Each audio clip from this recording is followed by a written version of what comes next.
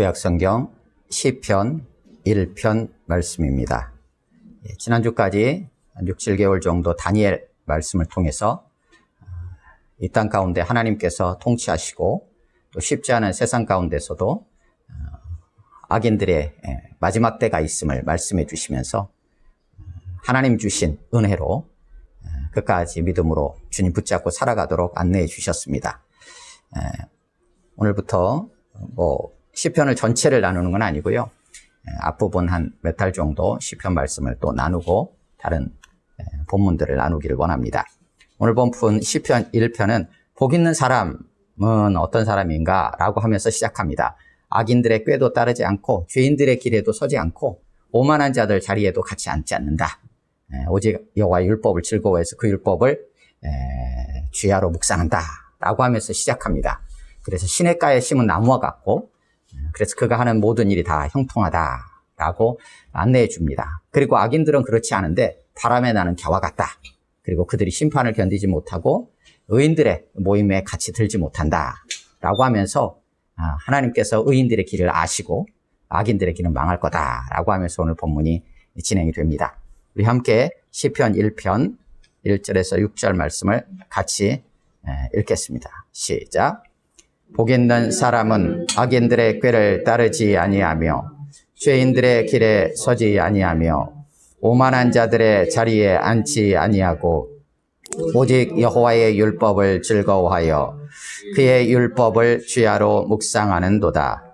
그는 시냇가에 심은 나무가 철을 따라 열매를 맺으며 그 잎사귀가 마르지 아니함 같으니 그가 하는 모든 일이 다 형통하리로다. 악인들은 그렇지 아니하며 오직 바람에 나는 겨와 같도다. 그러므로 악인들은 심판을 견디지 못하며 죄인들이 의인들의 모임에 들지 못하리로다. 무릇 의인들의 길은 여호와께서 인정하시나 악인들의 길은 망하리로다. 아멘. 본 말씀을 각자가 3, 4분 정도 묵상하겠습니다. 거기까지 보시겠습니다. 오늘부터 해서 몇 달 정도 시편 말씀을 함께 나누게 될 텐데요. 시편은 일단은 시의 형식으로 이렇게 쓰여져 있습니다. 학교에서 배우는 형태로 한다면 운문 형식이죠. 그러니까 산문 형식이 아니고 운문 형식입니다. 그래서 어찌 보면은 좀 어려울 수도 있습니다. 아니, 사실은 어렵죠. 시라는 것을 읽었을 때, 그 시를 접할 때, 이렇게 우리가 느끼게 되는 것들이 되게 편안하게 느낄 수도 있고, 또 어떻게 보면 또 되게 어려울 수도 있고, 사실은 그렇죠. 그래서 그냥 아주 쉽게, 그냥 딱 표면적으로 드러나는 것은 쉬운데, 그것을 시를 쓴 사람이 어떤 사람인지, 그 시대가 어땠는지, 라는 것들을 통해서 그 시를 보게 되면 근데 겉으로 표면적으로 드러나는 거하고는 전혀 다른 어떤 의미들을 우리가 발견하게 되죠. 그래서 사실 시편에는 표제어라고 해서 우리 이렇게 성경에는 파란색으로 각 편마다 4편 같은 경우 3편에 보면 파란색으로 다윗이 그의 아들 압살롬을 피할 때 지은 시 이렇게 표제어가 붙어 있는 것들은 이런 배경에서 이 시가 쓰여졌구나 라고 이해를 하면서 볼 수 있기 때문에 조금 도움을 얻을 수 있죠. 그러지 않은 시라든지 이런 것들은 이해하는 데 좀 어려움이 있을 수도 있습니다. 그래서 시편은 150편으로 이루어져 있습니다. 그러니까 많은 시들이 함께 묶어져 있죠. 이 중에서 거의 절반에 해당되는 73편 정도가 다윗의 시 이렇게 표제어가 붙어 있습니다. 그리고 나머지는 아삽, 또 고라자손, 솔로몬, 모세 등등의 시 이렇게 기록이 되어 있습니다. 그리고 40편 이상은 아무것도 기록되어 있지 않아서 누가 기록을 했는지 모르는 작자 미상의 시들도 있습니다. 그런데 이 시 150편의 시가 하나로 묶어졌다는 거죠. 각각 따로따로 있는 게 아니라 하나로 묶어져 있어요. 시인이 시를 쓰고 그 시를 따로따로 두지 않고 시를 묶어서 책으로 출간을 했다라고 한다면 그 시들 중에서 어떤 하나의 시를 선택해서 그 시의 제목을 책의 제목으로 삼든지 시집의 제목으로 삼든지 아니면 전체의 어떤 흐름을 제목으로 삼든지 그러겠죠. 그리고 시를 시집 안에서도 배치할 때 나름대로의 생각을 가지고 안에 목차를 만들겠죠. 그렇다면 이 시편도 150편으로 이루어진 이 시편도 그런 흐름이 있지 않겠느냐. 그래서 전체가 하나의 묶음으로 이것이 하나님께서 우리에게 주시는 말씀으로 오늘까지 우리 가운데 전달해 주셨다고 한다면 각각의 믿음의 사람들이 기록한 시가 있지만 그것을 하나님께서 하나님의 말씀으로 우리의 삶 속에 살아가도록 또 우리의 삶에 고백하도록 주셨다고 한다면 어떤 틀이 있지 않겠느냐라는 생각으로 시편을 보게 됩니다. 물론 그것이 정확하게 이거다라고 우리가 하나로 단정해서 이야기하기는 어렵지만 하나의 어떤 관점은 시편을 5권으로 나눠놨습니다. 그래서 150편이 예를 들면 1편에서 41편까지가 1권, 그리고 42편에서 또 72편까지가 2권, 이렇게 시편에 보면 이제 써 있어요. 제1권, 제2권. 우리 시편 1편 위에도 보면 제1권 이렇게 파란색으로 써 있죠. 그래서 이제 안내를 하기 위해서 이렇게 써놨어요. 그럼 이 5권의 시편으로 이렇게 구분을 해놓은 것은 모세 오경을 따라서 5권으로 해놓은 게 아니냐, 이제 이런 생각들을 하게 됩니다. 그래서 1권은 창세기, 2권은 출애굽기, 3권은 레위기, 4권은 민수기, 5권은 신명기. 그런 모세 오경과 관련되어서 이렇게 권위로 진행시켜 놓은 게 아닐까, 이제 이런 생각들도 하게 됩니다. 그러는 가운데 오늘 본문 시편 1편이 기록이 되어 있어요. 그렇다고 한다면 전체를 하나의 묶음으로 본다면 시편 1편 제일 첫머리에 두는 시가 나름대로 의미가 있겠죠. 그래서 전체를 한 덩어리로 볼 때 150편을 시편 1편과 2편을 시편 전체의 서론처럼 이해를 합니다. 그리고 또한 앞으로 진행되어지는 시편 전체에 대한 방향으로 제시가 된 것으로 이해를 할 수 있습니다. 그리고 맨 뒤쪽에 나오는 146편에서 150편까지는 할렐루야로 시작해서 할렐루야로 마쳐요. 그 시편들이. 그래서 그 부분을 이 시편 전체의 마지막 부분, 결론 부분 이렇게 이제 이해를 하고 본문을 이렇게 나누려고 합니다. 그래서 이 시편 1편, 2편은 복으로 시작합니다. 그래서 1편, 2편은 하나의 묶음처럼 이해할 수도 있어요. 그래서 1편 1절은 시편 1편 1절은 복으로 시작을 하고 시편 2편의 제일 뒤에 12절에는 복으로 끝나요. 그래서 복으로 시작을 해가지고 시편 146편에서 150편 맨 마지막 결론 부분은 할렐루야, 하나님을 찬양하는 것으로 끝나요. 이런 그 사이에 이제 다양한 시편들이 기록이 되어 있는 것으로 우리가 그 흐름들을 그런 관점에서 이제 시편을 같이 나누려고 합니다.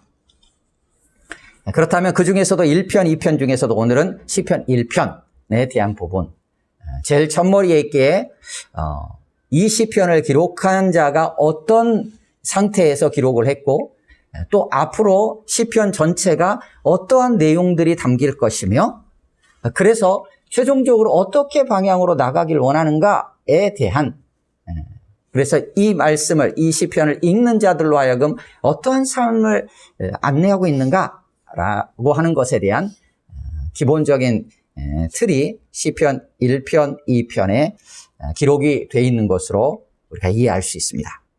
그 중에 1편입니다. 제가 다시 한번 읽습니다. 복 있는 사람은 악인들의 꾀를 따르지 아니하며 죄인들의 길에 서지 아니하며 오만한 자들의 자리에 앉지 아니하고 오직 여호와의 율법을 즐거워하여 그의 율법을 주야로 묵상하는도다.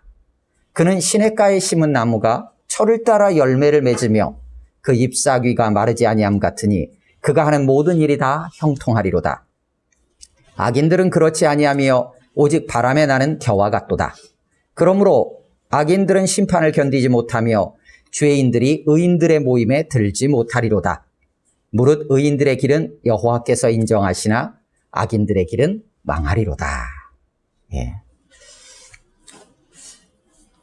이게 시의 형식을 빌렸다고 했잖아요. 그러다 보니까 시편 안에는 다양한 시의 형식들이 있습니다. 오늘 본문은 뭐 율법시라고 표현을 하기도 하는데요. 이름을 이제 붙이는 거죠.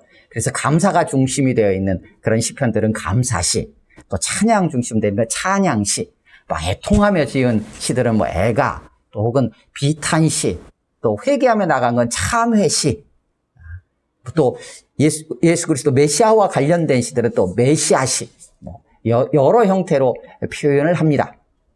그 중에서 시편 1편은 뭐 율법시 이렇게 표현하기도 하는데요.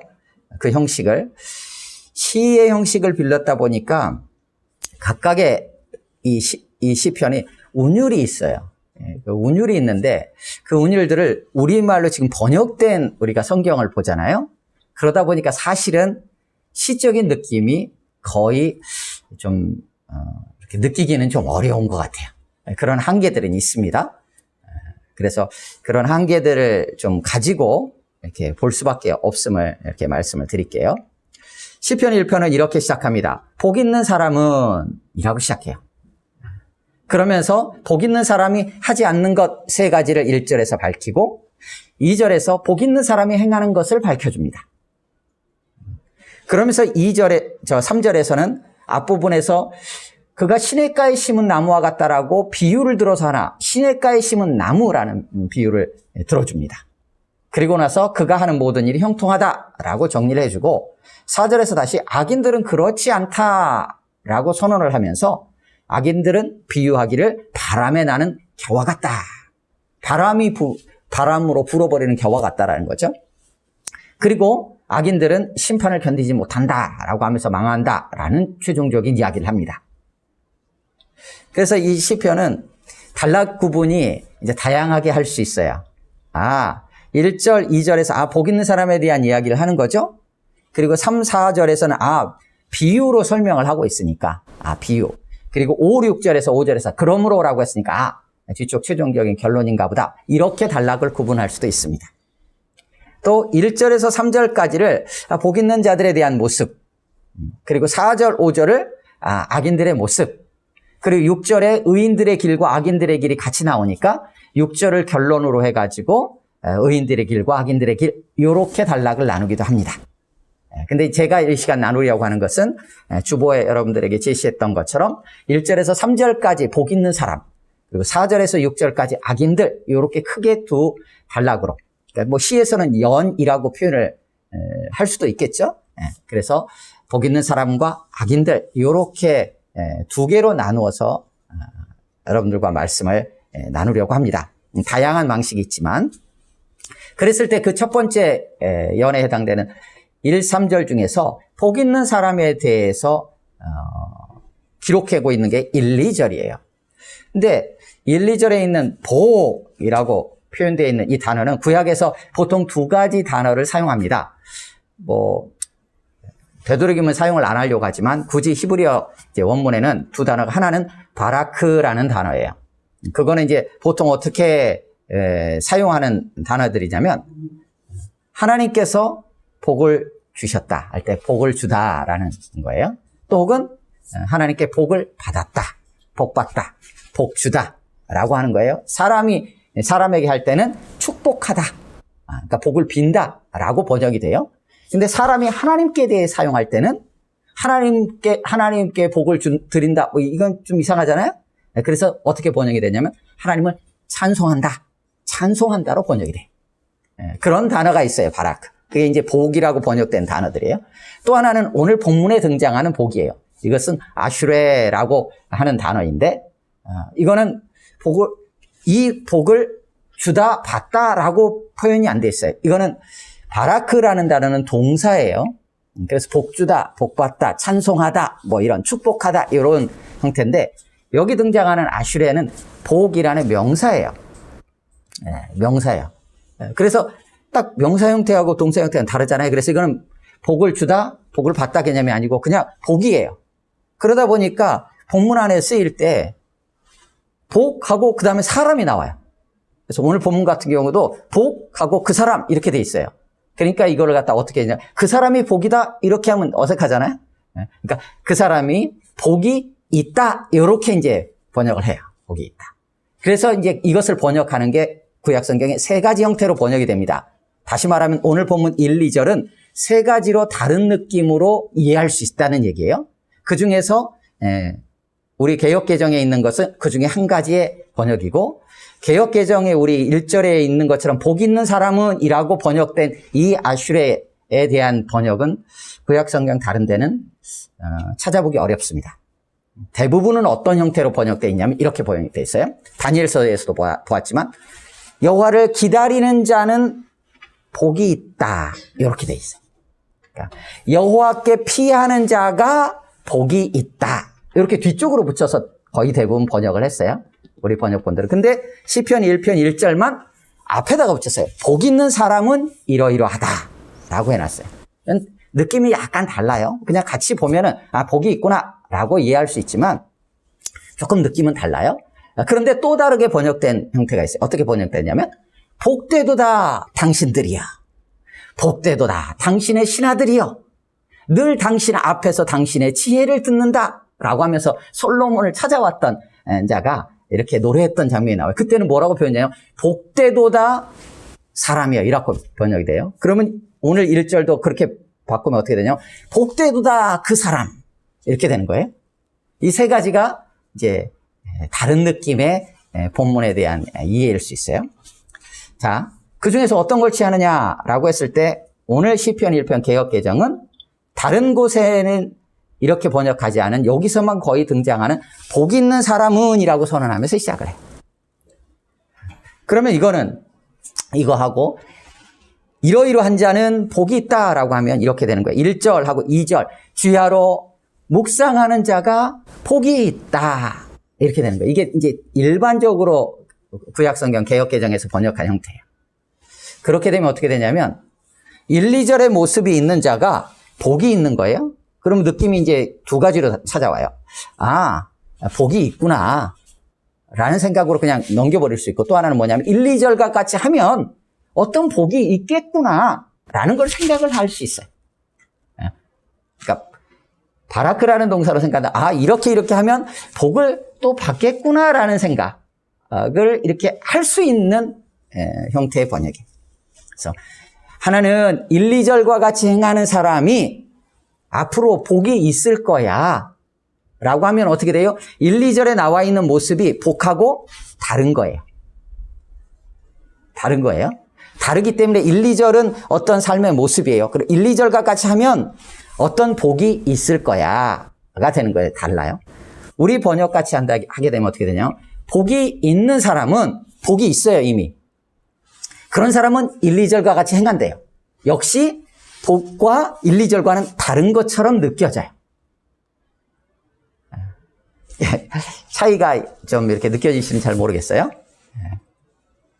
그러니까 저는 조금 이렇게 쉬운 것도 어렵게 만드는 경향이 있는 것 같아요, 대체로. 그래서 그냥 쉽게 읽으시면 그냥 편하게 읽고, 고개 끄덕여 그렇지 하면서 말씀을 묵상해야지 하고 그냥 끝나면 되는데, 저는 조금 약간 쉬운 것도 어렵게 만드는 경향이 좀 있습니다. 우리 개역개정에 번역되어 있는 형태는 복이 있는 사람이에요, 이미. 복이 있어요. 그런데 그 사람이 어떻게 살아가냐? 이렇게 살아가는 거예요. 구별돼요.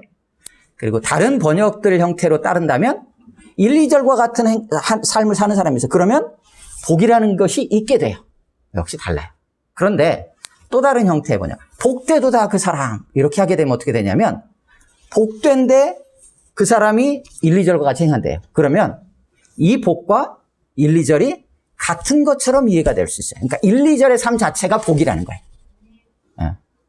솔로몬 앞에서 했던 복되도다 당신의 신하들이여, 항상 당신 앞에서 당신의 지혜를 듣는다라는 얘기는 항상 솔로몬 앞에서 지혜를 듣는 그것 자체가 복이라고 얘기를 하는 거거든요.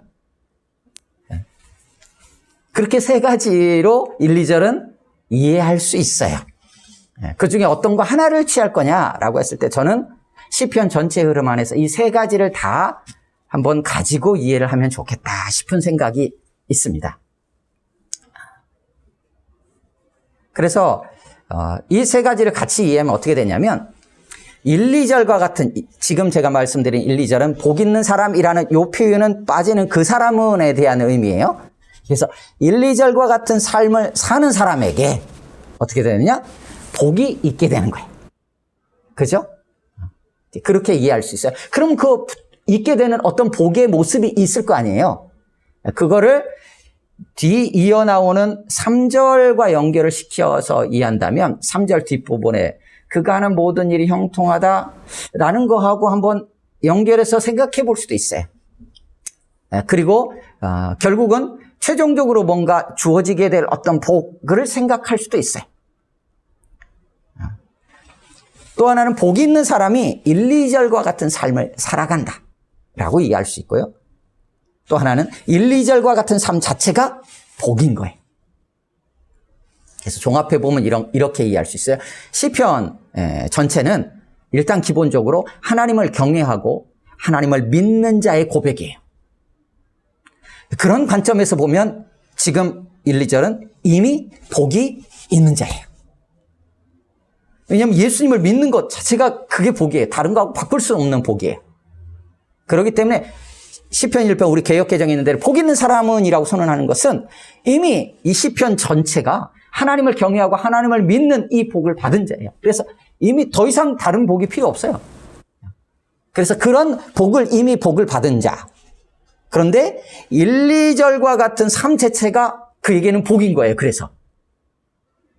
그러면서 마지막 때까지 1, 2절과 같은 삶을 끝까지 경주하는 자에게 어떤 최종적인 어떤 형통의 복이든 영원한 영생이라든 구원이라든 마지막 때 주님 다시 오실 때 완성될 그 복이 있게 될 것이다 라고 종합적으로 한번 이해해 볼 수 있습니다.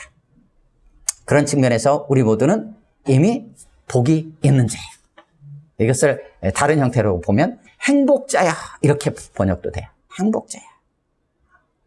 또 복됩니다. 복되도다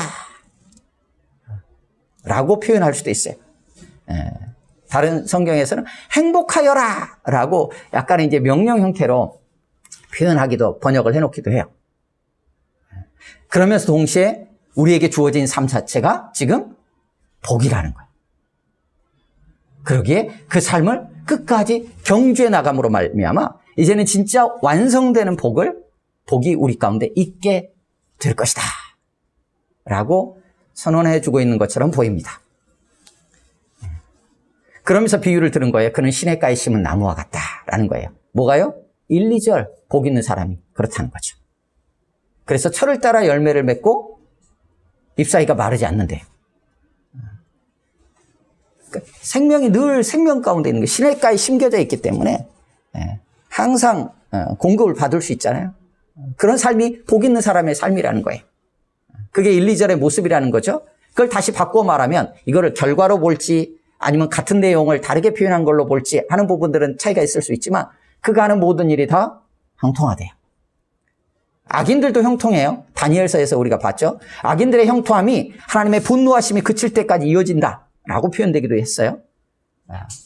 그런데 악인들의 형통함 말고 지금 여기서는 복 있는 사람의 형통함이죠. 그것은 2절 끝과 연결해서 이해한다면 이런 거예요. 이 복 있는 사람은 여호와의 율법을 즐거워하고 이것은 그거예요. 그의 즐거움이 오직 여호와의 율법에 있는 거예요. 여호와의 율법만을 오직 즐거워하는 거예요. 다른 즐거움을 찾지 못해. 나의 즐거움은 오직 하나님의 말씀이야 라는 거예요. 그래서 어떻게 하느냐. 그 말씀을 그 율법을 주야로 묵상한대요. 주야 낮과 밤이에요. 이게 지금 시라고 했잖아요. 시기 때문에 그냥 주야 그러니까 낮과 밤 하루 종일 24시간 이렇게만 생각하면 좀 너무 제한적이죠. 그러니까 어떤 것을 표현할 때 비유적으로 표현할 때 낮이나 밤이나 라고 표현한다면 낮과 같이 어떤 뭔가 좀 기쁘고 즐겁고 뭔가 잘 될 때라는 걸 생각할 수 있겠죠. 밤이다 그러면 고난의 시간을 생각할 수도 있고 슬플 때 광야의 시간을 생각할 수도 있잖아요. 그러면 달리 말하면 이런 거예요. 어떤 상황에서든 이라고 이해할 수도 있는 거예요. 어떤 상황에서든 여호와의 율법을 묵상한대요. 그것과 연결시키면 그가 하는 모든 일이 형통하다는 것은 어떤 상황에서도 시간적으로 그냥 이해를 한다 그러면 언제나 항상 하나님의 말씀을 묵상하는 자는 그 말씀을 따라서 살아가니까 그 말씀이 그대로 이루어지는 게 뭐냐면 형통이 되는 거죠.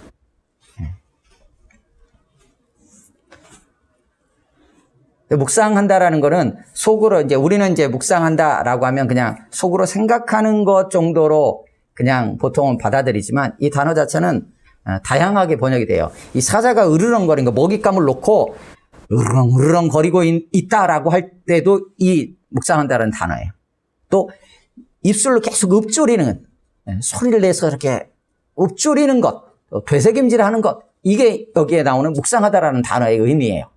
그러니까 단순히 속으로 생각하는 게 아니라 하나님의 말씀을 계속 읊조리면서 먹잇감을 앞에 놓고 사자가 으르렁거리는 것처럼 그것을 온몸으로 새기는 거예요. 되새기고. 그래서 내 온몸에 채워서 이 말씀을 따라서 그 말씀으로 살아가는 삶을 말하는 거예요. 그래서 하나님의 말씀을 즐거워한다라는 건 단순히 보고 좋구나가 아니라 그것을 함께 하면서 그것으로 인해서 기뻐하고 그것이 나의 즐거움이 되도록 그것을 읊조리며 되새기고 그 말씀을 따라 행하는 삶을 여기서 표현하고 있는 것으로 이해할 수 있어요. 그랬기에 그렇게 행할 때 그대로 이루어지기에 형통하다라고 표현하고 있는 것처럼 볼 수 있습니다. 4절에서 악인들은 그렇지 않다라고 시작해요. 악인들은 그렇지 않다라는 게 어디에 걸리는지는 조금 좀 이해가 다를 수 있어요. 복 있는 사람이 다 형통하다는데 악인들은 그렇지 않구나. 형통하지 않구나라고 이해할 건지, 아니면 시냇가에 심은 나무와 같이 막 이런데 악인들은 그런 게 아니야 라고 할 건지, 아니면 1, 2절과 같이 복 있는 사람은 이렇게 사는데 악인들은 그렇게 살지 않아 라는 것을 이해하는지, 아니면 1절에서 3절 전체를 지금 받아서 악인들은 1, 3절과 같지는 않아 라고 얘기하는 건지에 따라서 단락 구분이 달라지는데, 저는 악인들은 그렇지 아니하며를 1, 2절하고 연결해서 이해를 해서 지금 주보에 여러분들에게 제시한 것과 같은 단락으로 구분을 한 겁니다. 복 있는 사람들이 행하는 1, 2절과 같은 모습을 악인들은 하지 않는다는 거예요.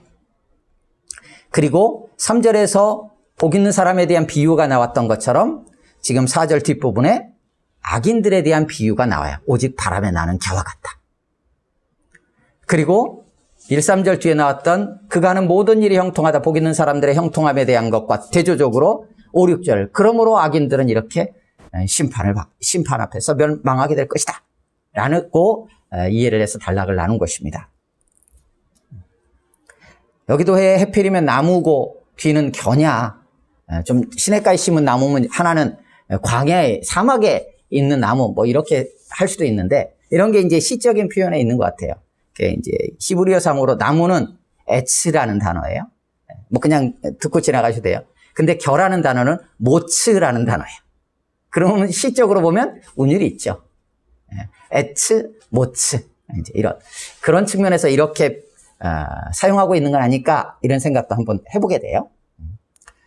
그래서 5절 그러므로를 1, 4절 전체에 대한 결론으로 그러므로로 이해할 수도 있는데, 제가 단락해서 나눈 것은 지금 4절에 대한 부분으로서의 그러므로로 이해를 했어요.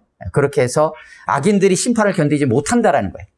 그리고 6절은 6절을 최종 결론으로 이해할 수도 있는데, 이거는 이제 이유로 그냥 이해를 했어요. 그래서 5절, 6절을 4개로 구분하면, 5절은 악인들이 심판을, 또 하나는 죄인들이 의인들의 모임에 서지 못하는 거예요. 이것을 6절에서 2가지로 이유를 설명해. 첫 번째가 의인들의 길은 여호와께서 아신다는 거예요.